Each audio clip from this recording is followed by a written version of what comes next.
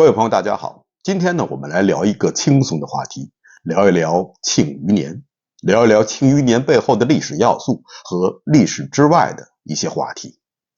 熟悉我这个频道的观众朋友都知道，最早呢我这个频道主要就是探讨古装历史剧背后的历史背景和剧中人物的历史原型的。这个角度呢我至今认为还是很好的，但后来为什么很长时间没有讲古装历史剧呢？其实原因大家也很清楚，最近几年古装历史剧非常之少，有品质的更加是凤毛麟角。古装剧倒是不少，但大部分是仙侠剧，别说让这些剧贴近历史了，让他们贴近地面都是很困难的事情，大部分都是飞来飞去的，一言不合就光年之外了。剧中人物的历史原型那就更别谈了，细想一想，好像大部分都不是人。没办法，我也只能改弦易辙，后来就基本上按照各个朝代来讲述那段时间的历史。好在依然得到了大家的支持，所以这个频道也一直走到了今天。庆余年这部戏呢，不能说它是一个标准的古装历史剧，它更像是架空剧和穿越剧的结合，但它背后还是有一些非常有趣的历史元素，值得我们今天聊聊庆余年背后的历史。我曾经按照我以往的习惯去挖掘庆余年背后的历史背景，结果发现这一切都是徒劳的。以往呢，我通常都是根据史料确定这个故事发生的历史背景，发生在哪个朝代，大概是什么时间，然后是具体的历史人物，挖掘历史人物历史上的本来面目。但这些方法明显不适合于庆余年，庆余年更像是一个历史万花筒。这是往好了说，说的不好听的话，就像是一个历史大杂烩。这或许就是这部剧的吸引人之处。穿越人范闲穿越到了一个以前从来没有过的朝代，这个朝代本身就集合了以往很多朝代的特点。打个比方，剧中明确出现了一个朝代的名称，就是北齐，就是范闲出使的那个国，也是战斗斗、打豆豆的地方。历史上确实有北齐这个朝代，这个呢我们以前讲过很多，就是那个国姓为高的那个禽兽不如王朝，那个由一群精神病掌控的王朝，那是处在中国历史上的南北朝时期。南北朝时期的历史呢以前讲过很多，不过有些朋友呢可能已经不记得了，我给大家简单的复习一下。五胡乱华以后，汉人衣冠东渡，西晋变成了东晋，而中国的北方呢则陷入了胡人之手。后来北魏统一了中国北方，这样北朝就是北魏，南朝就是东晋。再后来北魏分成了东魏和西魏，而东魏和西魏又分别衍生出了北齐和北周，而南方也没有消停，大将刘裕掌控了东晋的大权，后来建立了南朝宋，再之后就是齐梁陈，宋齐梁陈就是南方的4个朝代。再后来北边的北周打败了北齐，统一了北方，北周最后被隋所取代，隋朝大军南下，灭掉了南方最后一个王朝，就是南陈。南陈后主陈叔宝的那个南陈统一了天下。再后来大家就清楚了，唐宋元明清。所以当时与北齐并立的政权在历史上应该是北周以及南边的南梁或者是南陈。剧中也提到了，当时与战斗斗的北齐并列的政权有四顾剑的东夷国，以及陈道明主演的庆帝的南庆国。那么这么说来，南庆国应该对应的是历史上的南梁或者是南陈，东夷国自然也就是北周。在第1季中，群臣聊起庆帝的时候，说庆帝当年与北魏作战，数次击败北魏军队，是大展神威，而后就建立了南庆国。虽然在历史上与北魏作战的是东晋或者是刘裕建立的那个南朝宋，轮不上南梁或者是南陈，但这也算勉强说得过去。既然提到了北魏，又提到了北齐，所以我们大致确定这部剧的历史背景是在南北朝期间，应该是不会错的。而且在刘裕的南朝宋期间，还确实有一个庆国，全称叫临庆国，是南朝宋孝武帝给他的一个皇子建立的封国，后来又被取消了，改称为临庆郡。大家注意，我们这里说的是南朝宋，或者被称为刘宋，而并不是宋朝的那个南宋。记录南朝宋的正史叫宋书，而记录南宋的历史叫宋史。但是呢，也有很多不合适的地方，比如说北齐国的锦衣卫又是什么东东？锦衣卫大家都知道，那是明朝特有的，而南庆国的监察院怎么看怎么都像明朝时期的东厂西厂，那莫非这说的是明朝的事儿？如果是明朝的话，那范闲的诗仙之名又将从何而来呢？他顶多是一个拙劣的剽窃者，明朝的人怎么可能会不知道唐朝李白的诗呢？再有，剧中提到，在诗文方面，以前北齐国一直碾压着南庆国。北齐有个文学泰斗，名叫庄莫涵。可在历史上，北齐是脱胎于东魏，东魏是脱胎于北魏，这些都是游牧民族建立的政权，打仗肯定是他们行。但比起做诗文来，应该还是南方代表汉人政权的东晋，或者是宋齐梁陈更具优势吧？怎么南庆居然压不过北齐呢？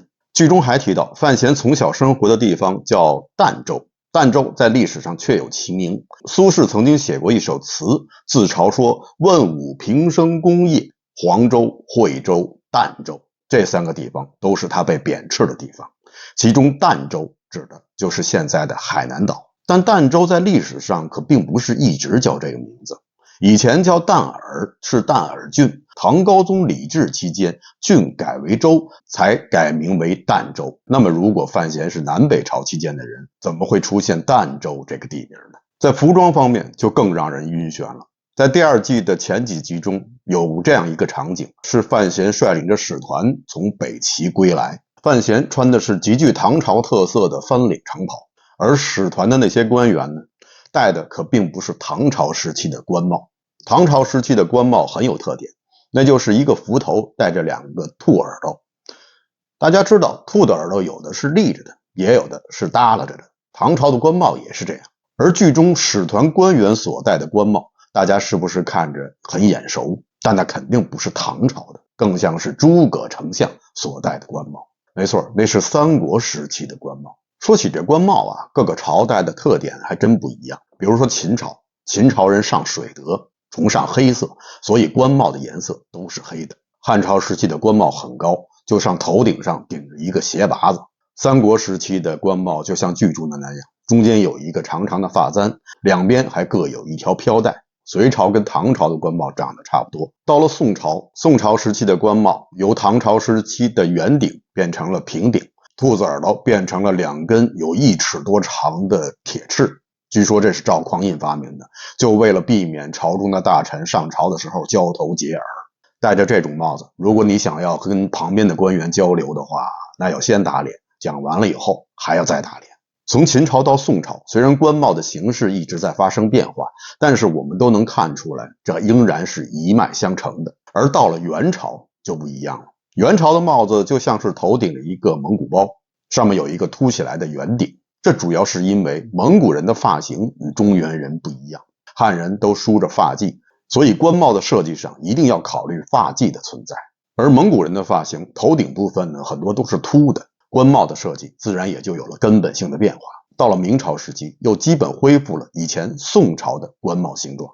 而明以后的清，我就不用多说了，那更是另外一番景象。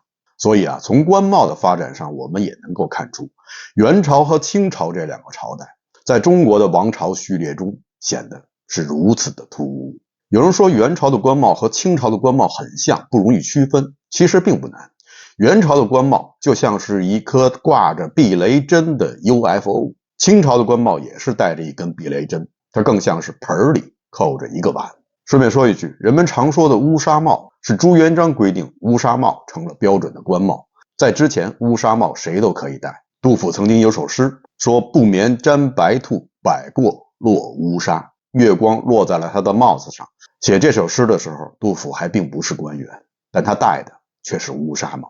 所以说呀，如果想准确的定位庆余年这个故事到底是发生在哪个朝代，是非常困难，而且我觉得也完全没有必要。就像刚才说的，范闲是穿越到了一个穿越人的朝代，那是一个混搭的朝代，而且被混搭的还不仅仅是这个朝代，还有这个朝代中的人。比如说陈道明饰演的庆帝，庆帝姓什么？他既不是姓南朝梁的萧，也不是南朝陈的陈。为什么姓李？因为他的儿子女儿都姓李，他的长女就是长公主叫李云瑞，他的太子叫李承乾，所以他自然应该随他儿女的姓氏也姓李。李承乾这个名字大家听着是不是有点耳熟？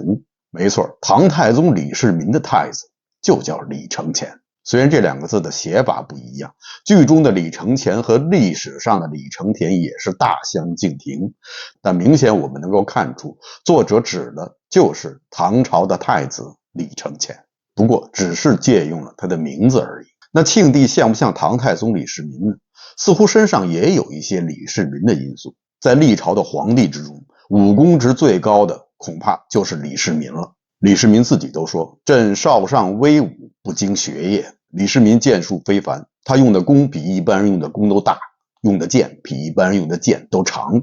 就凭着他的长弓长剑，有一次他的父亲李渊被农民军团团围住，李世民就带着自己的亲兵，凭着自己的长弓长剑冲入了敌阵，是所向披靡，拔其父于万众之中。但也是这把长弓长剑，在玄武门兵变中一箭射死了他的哥哥李建成。突然想起了一件事，都说李世民擅自修改史书，隐藏了他很多的黑历史。那么李世民为什么没有隐藏他杀死自己同胞哥哥的历史呢？按说这应该是李世民身上最大的污点吧。虽然说玄武门之变无可隐瞒，但李世民如果真想隐瞒他杀死李建成这段历史的话，还是有很多的办法可行的。比如说他可以说李建成死于乱军之中，或者随便找个替罪羊，说李建成被他手下的某位将军所杀，然后再将这名将军赐死，祭奠李建成即可。既然有这么多的办法可行，那为什么李世民仍然是实话实说，不加任何隐瞒呢？由此我们可以做出两个推断。第一，李世民可能根本就没有删改历史，李世民确实想看起居注，他错也就错在这里，李世民本人并没有主动删改起居注。推断之二，就是李世民对于杀死李建成的事情问心无愧，如果时光倒流，他可能还会再杀一次。那心中有愧的又会是谁呢？是李建成和李元吉吗？这个话题太大了，不能再往下说了。我这呢也是突发奇想，这没有稿也有没有稿的好处，可以想到哪儿说到哪儿。大家有兴趣的话，可以对这个话题进行深入的探讨。咱们再回到庆余年，那么庆帝真的是李世民吗？怎么看都不像。从他用陈萍萍这个宦官似的人物掌控监察院来看，他似乎更像是明朝的某位皇帝。如果说他是明朝的皇帝的话，那么在剧中还有一个佐证，就是他们的坐姿。不知道大家注意到没有，剧中人的坐姿有时候是中国最传统的跪坐，还有一种就是我们现在熟悉的标准做法，就是坐在椅子上。剧中有这样一个场景，范闲到了王启安家，与王启安的女儿也是他的爸爸在一起闲聊的时候，他们都是坐在椅子上。大家知道，在西汉以前，中国人都是跪坐，到了差不多西汉汉武帝的时期，胡床通过印度传到了中国。胡床就像是我们现在的马扎，其实它并不是出自印度，很可能是出自于希腊，大概率是当年亚历山大东征的时候，将希腊的文化传入了东方，胡床也就这样辗转经过印度传入了中国。李白的那首诗《静夜思》，床前明月光中的床，很可能指的就是胡床。如果是我们现代意义上的床的话，那么李白很难做到举头望明月，也很难同时看见地上的霜。古人的窗户都是用纸糊上的，并不是现在的玻璃，他躺在床上应该是看不见白月光的，而且也不可能同时看见天上的月亮，还能看到地上的霜。除非李白住的是一个烂尾楼，家徒四壁，没有房顶，而且自己还是被悬在了半空。而如果将这个床理解为胡床的话，一切就都能解释了。当时李白是坐在胡床之上，就是坐在一个马扎上，他并不是在屋里，而是在院子里。他当然可以举头望明月，也当然可以看到地面上如霜的月光。李白还有一首诗，其中有这样两句：郎骑竹马来，绕床弄青梅。这里的床应该也是胡床。大家想，如果是现在一般意义上的床的话，一般中国人都将床安置在一个至少靠着一面墙的位置。那如果这样的话，如何绕床弄青梅呢？而如果是马扎的话，这个问题也就迎刃而解了。那么胡床什么时候才变成了我们现在的椅子呢？那恐怕要到北宋年间了。在宋神宗年间的一个叫高禄的文人写了一本书，书中第一次提到了交椅二字，说明至少宋神宗期间已经有了交易。所以从这个场景上来看，庆帝就不大可能是宋之前的某位皇帝，所以不大可能是唐太宗，也不会是南北朝时期的某位皇帝，而更有可能是明朝的某位皇帝。估计可能现在大家觉得有点乱了，这到底是哪个朝代的事情？其实刚才我说了，大家真的不必过于认真。这部剧本来就是一部历史的大杂烩，从某一点上，即便你估摸出了它的全貌，但很快又会被其他的另外一点所否认。所以它的全貌到底是什么，恐怕无人知道，或许根本就不存在。所以乱就让它乱吧，反正乱的又不是庆帝一个人，范闲也很乱。在剧中，范闲一直为他的护卫兼好友滕子京被杀一案耿耿于怀，他发誓要为滕子京报仇。滕子京这个名字，大家听着是不是有点熟悉？在上中学的时候，可能会被经常提起这个名字。我给大家提个醒：庆历4年春，滕子京谪守巴陵郡，越民年，政通人和，百废具兴，乃重修岳阳楼。没错，滕子京这个熟悉的名字就出自于范仲淹的《岳阳楼记》。大家看这几句话中出现的关键词，与这部剧中的关键词有很多的相同之处。比如说庆历4年春，这部剧的剧名叫庆余年，滕子京还有《岳阳楼记》的作者姓范，范仲淹的范也是范闲的范。在剧中，范闲与滕子京是好朋友，而在历史上，范仲淹与滕子京也是挚友。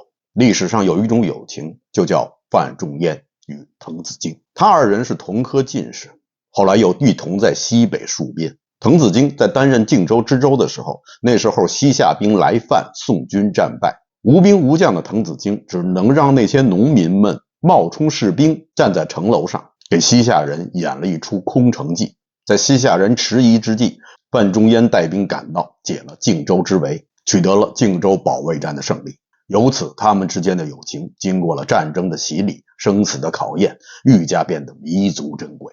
没想到的是，滕子京刚取得胜利，朝中那些闲的没事干的御史就参了他一本，说他大肆挥霍公款，而且有贪污之嫌。滕子京确实动用了10几万贯公款，不过他是用这些钱大摆宴席犒劳军士、农民以及前来助阵的羌人，这些钱他并没有用在自己身上。但他也做了一件错事，当朝廷派人来查的时候，因为这件事情不管怎么样都是挪用公款，滕子京当时不想连累下属，一把火将所有的账本全部烧光，这反而坐实了他的罪名。在当时御史中丞王拱辰的不断参奏之下，滕子京被一贬再贬，最后被贬到了巴陵郡，就是现在的湖南岳阳，这就是刚才文中所提到的谪守巴陵郡。滕子京只是被降级使用，这还多亏了范仲淹的力保。谪守巴陵郡以后，滕子京就重修了岳阳楼。因为这件事情，朝中又有人告他，说他挪用民脂民膏，大搞形象工程。其实滕子京是一名干员，他到了巴陵郡以后，发现这里商户之间欠债的问题非常严重，于是他就发布了一个公告，说债权人可以将债务委托给官府，官府为其催收。这就等于是将官府变成了讨债公司。当然了，官府也不能白忙，肯定要抽成的。尽管如此，还是得到了很多债权人的积极反应。就这样，滕子京筹足了重修岳阳楼的经费。这些事情范仲淹都是知道的，所以在《岳阳楼记》中，范仲淹才会特别提到越明年，政通人和，百废待兴。这是对他的好朋友滕子京执政巴陵郡的正面回应。在《岳阳楼记》中有这样几句：不以物喜，不以己悲，居庙堂之高，则忧其民；处江湖之远，则忧其君。这几句话，范仲淹既是对贬谪的老友滕子京说的，也是对他自己说的，对天下的世人说的。有人认为滕子京是否是贪污案这件事情还是一个悬案，我更倾向于相信滕子京是无辜的。原因有2点。据《宋史》记载，宗亮上气，倜傥自任，好诗语，极足，无余财。说他死后以后并无余财，这怎么也不像是一个贪污犯所为。再有一点很简单，就是他是范仲淹的朋友。物以类聚，人以群分。你看看他的朋友是什么样，就大概知道他是什么样的人。范仲淹的身边怎么会有一个贪污犯的朋友？那么难道范闲说的是范仲淹吗？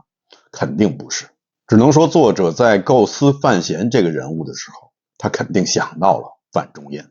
剧中的范闲受到了几位女性的青睐，但可能很多人不知道，范仲淹也有一件情事。范仲淹的结发妻子是李氏，李氏是一名大家闺秀，温婉有礼，夫妻二人一直非常恩爱。李氏也为范仲淹生了2个儿子。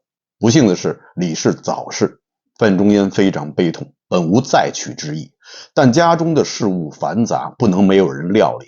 于是范仲淹就从自己家中的奴仆中挑选了一个姓张的女子，做了继室夫人。张氏善于持家，将家里的一切都料理得井井有条，深得范仲淹的赞许。据说二人也生有子女。后来范仲淹在官场的应酬之中认识了一名歌妓，范仲淹对他是深有好感。当时范仲淹的好友梅尧臣就劝范仲淹，要不你就将他带在身边，纳为妾室吧。不过范仲淹考虑到当时张氏正病重，如果这时候将歌妓带回家的话，可能会加重张氏的病情，所以范仲淹并没有接这名歌姬入门。几年以后，张氏病故，范仲淹在安葬好张氏以后，才将这名歌妓请进了家门，并纳为了妾室。因为他的歌姬身份在宋朝是不可能被取为正室的，所以这也算是范仲淹给了这名女子最大的尊重。那几个小妾对于当时的宋朝官员来说其实并无不妥，但范仲淹能够考虑到自己妻子的病情，虽然这个妻子以前是奴仆出身，但范仲淹仍然对她不予歧视，关爱有加，由此也能看出范仲淹的人品。在剧中，滕子京的死对范闲的触动很大，在别人看来死的不过是一个护卫，而在范闲看来死的是自己的朋友。为了给朋友报仇，他不惜杀死丞相的长子，不惜驱逐长公主。这种人人平等的现代意识一定是来自于范闲的母亲叶青梅。在这部剧中我们看不到叶青梅，她无处可见，但其实又无所不在。在剧中我们可以看到他忠实的追随者陈萍萍和范建。追随叶青梅对于范建来说绝对不犯贱。我们还能看到在监察院门口矗立的那块石碑，上面清清楚楚地写着叶青梅的理想。上面这样写道：我希望庆国之法为生民而立，不因高贵容忍，不因贫穷剥夺，无不白之冤，无强加之罪。我希望庆国之民有真理可循，知礼义，守人心，不以钱财论成败，不因权势而屈从，同情弱小，痛恨不平，危难时艰心志，无人处常自省。我希望这世间再无压迫束缚，凡生于世都能有活着的权利，有自由的权利，亦有幸福的权利。愿终有一日，人人生而平等，再无贵贱之分，守护生命，追求光明，此为我心中所愿，虽万千曲折，不畏前行。生而平等，人人如龙。很明显，这是叶青梅心目中的理想国度，她是为建立这样的社会穿越而来的。同样很明显的是，有如此理想的叶青梅必须死，这是盗火者的命运，就像普罗米修斯一样，最终还会被黑暗所吞噬。叶青梅创立监察院的目的本来是为了限制皇权的，她希望建立一个人人生而平等的社会，人人如龙。但不同于她这样做的，首先就是皇权，那个高高在上的庆帝，那个神秘的庆帝。陈萍萍说范闲很像他的母亲，大概是指范闲身上的现代人意识。但范闲也不是叶青梅，叶青梅有着治国平天下的理想，而范闲目前的最大目标还是局限于追求个人的圆满和周围人的平安。我不知道从叶青梅到范闲这种人生态度的转变，是不是这部剧作者本人的内心独白？他是不是在自己无法完成治国平天下以后，退而求其次，到了范闲的程度？这恐怕只有作者自己知道了。不管怎么样，随着剧情的发展，我们都希望范闲能够从一个满足于自我人格完美的人，变成一个达则兼济天下的斗士，就像他的母亲叶青梅一样，那才叫真正的贤。好的，以上就是本期节目的全部内容，感谢大家收看，欢迎大家点赞订阅。这里是风下杂谈 ，Frank 为你带来有温度的历史，咱们下期节目再见。